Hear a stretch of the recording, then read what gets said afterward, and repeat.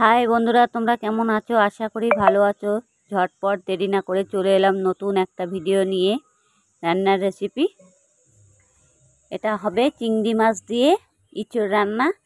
চিংড়ি মাছটাকে আমি অবশ্য ভালো করে ধুয়ে ছাল ফেলে দিয়ে চিংড়ি মাছের ভিতরে যে শিরাটা থাকে সেটাও ফেলে দিয়েছি। দিয়ে ভালো করে ধুয়ে আমি নিয়ে এসেছি। নিয়ে ভালো করে এখন নুন হলুদ মাখিয়ে দেবো। অনেক সময় চিংড়ি মাছটা কী বলো তো, অনেকে চুলকানো আছে, অ্যালার্জির ভাবটা যাদের আছে তাদের হাত পা চুলকায়। তাই সবসময়ের জন্য মাথায় রাখবে এই জিনিসটা, চিংড়ি মাছ যখনই কিনবে তখনই এই চিংড়ি মাছের ভিতরে যে শিরাটা থাকবে সেই শিরাটা তুলে ফেলে দেওয়ার, তাহলে অসুবিধা হবে না। না হলে চিংড়ি মাছটা খেতে বালি বালি লাগে, সেই কারণে তারপরেও বালি বালি ভাবতে যায় না।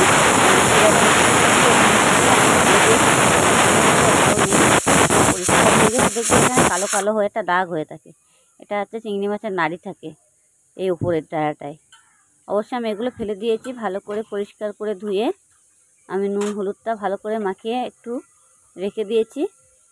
দিয়ে দেখো একদম পুরো পরিষ্কার চিংড়ি মাছ। অবশ্যই এখানে আমার 300 গ্রাম চিংড়ি মাছ কিনে নিয়ে এসেছিলাম ইঁচড় দিয়ে রান্না করব বলে, ইঁচড় দিয়ে করবো বলে যেটি হোক, সেই জন্য আমি 300 গ্রাম চিংড়ি মাছ নিয়ে এসেছি। আমার মাখানো হয়ে গেছে, এটাকে আমি এখন রেখে দিয়েছি। আমি 3 পিস আলু কেটে নিয়েছি, ডুমো ডুমো করে ইঁচড় দিয়ে 3 পিস আলু কেটে নিয়েছি।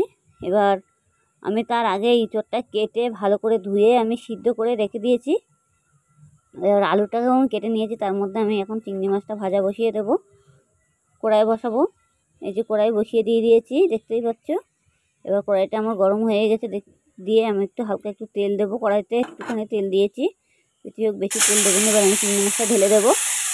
চিংড়ি মাছটা দিয়ে ভালো করে লাল লাল করে ভেজে নেবো চিংড়ি মাছটা। অবশ্যই চিংড়ি মাছ ভাজার সময় অল্প তেল দিলে চিংড়ি মাছ ভাজাটা ভালো হয়, আর বেশি তেল দিলে একদম পুরো ভাজা ভাজা হয়ে যায়, কোনো গন্ধ থাকে না চিংড়ি মাছের। তার জন্য আমি হালকা তেল দিয়েছি। দিয়ে আমি চিংড়ি মাছটা পুরো লাল করে ভেজে নিচ্ছি। অবশ্যই আমার চিংড়ি মাছটা পুরো ভাজাই হয়ে গেছে, দেখতেই পাচ্ছ লাল লাল ভাব চলে এসেছে।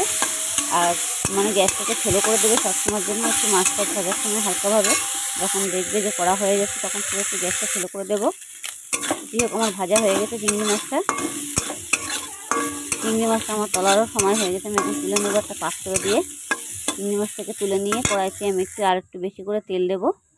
তেল দিয়ে দিয়েছি। এবার আমি এর মধ্যে একটু লবণ দেবো তেলের ভিতরে।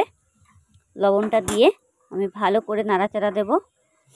দিয়ে আমি আলুটাকে ভেজে নেবো। অবশ্যই আলুটা দেওয়ার সময় সবসময় মনে রাখবো তেলের ওপরে যখনই লবণ দেবে তখনই লবণটা আলুর ভিতরে ঢুকবে, আলুটাও স্বাদ হবে, মানে মিষ্টি ভাবটা থাকবে না। এর জন্য লবণটা একটু তেলে দিতে হবে, যার জন্য আলুর ভিতরটায় ঢুকে যায়। যাই হোক বন্ধুরা, তোমরা সবাই ভিডিওটা পুরোপুরি দেখবেন, টেনে টেনে দেখবেন না। আর সব বন্ধুদের কাছে ভিডিওটা পুরোপুরি শেয়ার করে দেবেন। লাইক কমেন্ট করতে ভুলবেন না, অতি অবশ্যই লাইক কমেন্ট করবেন। দেখো যেটি হোক আমার আলুটা পুরো ভাজা হয়ে গেছে, আমি এখন কেটে নেব। দেখতেই পাচ্ছ আলুটা পুরো ভাজা ভাজা হয়ে গেছে। আলুটা আমি চিংড়ি মাছের পাত্রে অবশ্যই তুলে নেব। এই যে আমি চিংড়ি মাছের পাত্রে তুলে নিয়েছি। আলুটা না ভাজতে ভালো লাগবে না। যেটি হোক আমার মশলাটা সিদ্ধ করা ছিল। যেটি হোক আমি কড়াইয়ের মধ্যে তেল দিয়ে দিয়েছি। এবার পেঁয়াজ দিয়ে দেবো কড়াইতে। পেঁয়াজটাকে লাল করে ভেজে নেব। এখন আমার গ্যাসটা একটু হাই করে দিব, যাতে আমার পেঁয়াজটা তাড়াতাড়ি ভাজা হয়ে যায়, পুড়ে না যায়। একটু নাড়তে হবে, অনবরত একটু ভালোভাবে নাড়তে হবে। সবসময় জন্য মাথায় রাখবে যত মশলা ভেজে রান্না করবে তত খুবই টেস্ট হবে, খেতে ভালো লাগবে। আর অল্প তরকারিতে অনেক ভাত খাওয়া হয়ে যাবে, যতই তরকারি মানে করে রাখো না কেন। আমি লঙ্কা মানে শুকনো লঙ্কা আর আদা আর রসুন আমি একটু পেস্ট করে নিয়েছি, সেটা আমি তেলের উপরে দিয়ে দেবো। পেঁয়াজটা আমার ভাজা হয়ে গেছে, তেলের উপরে দিয়ে দিয়েছি। এটা আমার ভালো করে ভাজতে হবে, ভেজে একদম পুরো লাল লাল করে ফেলতে হবে। এটা আবার পুড়ে না যায়, বেশি লাল করতে গেলে পুড়ে যায়, অনেক সময় পুড়ে গেলে ভালো লাগবে না, পোড়া গন্ধ বেরোবে। তার জন্য আমি একটু গ্যাসটাকে কমিয়ে দিলাম। দিয়ে আমি ভালো করে ভেজে নেব। ভেজে নিয়ে তার মধ্যে আমি আমার টমেটো কেটে রেখেছিলাম 3 পিস, সেই টমেটোগুলো আমি দেবো। দিয়ে ভালো করে নাড়াচাড়া দেবো। এই দেখতেই পাচ্ছি আমি মোচাটাকে সিদ্ধ করে রেখেছি, ভালো করে কেটে বেছে সিদ্ধ করে রেখে দিয়েছিলাম। আমার সিদ্ধ করাই আছে, একটু লবণ দিয়েছিলাম অবশ্যই সিদ্ধ করার সময়, নাহলে আলু ভাবটা থেকে যাবে। ঠিক আমার কড়াইতে এখন আমি টমেটোগুলো দিয়ে দিয়েছি। দিয়ে এটাকে আমি ভালো করে নাড়াচাড়া দেবো। টমেটোগুলো যাতে ঘেটে ঘেটে হয়ে যায়, পুরো একদম ঘ্যাট ঘ্যাট হয়ে যাবে। মশলাগুলো তার আগে তো সুন্দর করে ভেজে নিয়েছিলাম। ওই টমেটোগুলো সুন্দর করে এখন ঘ্যাট ঘ্যাট করে নেবো। নিয়ে ভালো করে একদম পুরো ঘ্যাট হয়ে যাবে। নুন হলুদ জিরের গুঁড়ো আমি দিয়ে দেবো। ভিতরে দিয়ে ভালো করে নাড়তে হবে। আপনারা যেমন লঙ্কা খাবেন তেমন দিতে পারবেন। অবশ্য লবণটা সবসময়ের জন্য একটু হাতে রেখে দেবেন, যেমন তরকারি তেমন লবণ দেবেন, বুঝে শুনে একটু লবণটা দেওয়ার চেষ্টা করবেন, তাহলে তরকারিটা লবণে পুড়া যাবে না। লবণে পুড়া হয়ে গেলে ভালো লাগবে না খেতে। এটিও আমি নিয়ম মতো লবণ দিয়ে দিয়েছি। এবার আমার 3 পিস অবশ্য ছোট ছোট কাঁচা লঙ্কা আমি দেবো। আপনারা যেমন লঙ্কা খেতে পারবেন তেমন দেবেন, কোনো অসুবিধা নেই। আমরা অবশ্য একটু লঙ্কাটা কমই খাই। লঙ্কা না খেলে বললেও চলে, কিন্তু একটু লঙ্কাটা আমাদের একটু কম খাওয়া হয়। কেন অনেক সময় বাড়ির মানুষ পছন্দ করে না বেশি লঙ্কা খাওয়া, যেটি হোক। এই যে আমি 3 পিস ছোটো ছোটো লঙ্কা 3 পিস দিয়ে দিয়েছি কাঁচা লঙ্কা। তার আগে আমি 3 পিস শুকনো লঙ্কা মিক্সারে বেটে দিয়েছিলাম তেলের মধ্যে। এবার এটাকে আমার ভালো করে ভাজা হয়ে গেছে। আমি চিংড়ি মাছ আর এই আলুটা ভেজে রেখেছিলাম, সেটা আমি এর মধ্যে দিয়ে দেবো। এই যে এটা ভালো করে নাড়তে হবে, ভালো করে, মানে এত সুন্দর করে কষাই করতে হবে, দেখলে এমনি খাওয়া হয়ে যাবে, তার আগে মনে হবে। সুন্দরভাবে কষাই করতে হবে এটাকে। সবসময় যিনি মাথায় রাখবে একটা জিনিস, তরকারি যতভাবে কষাই করবে ততটাই টেস্টি হবে। অবশ্য আমার এটা কষাই করা হয়ে গেছে, আমার কড়াইতে লাগার কোনো চিন্তা ভাবনা নেই। এবার আমার ইচ্ছেটা সিদ্ধ ছিল, সেটা আমি দিয়ে দেবো। দিয়ে এটাকে ভালো করে অনবরত নাড়তে হবে যেন পুড়ে না যায়।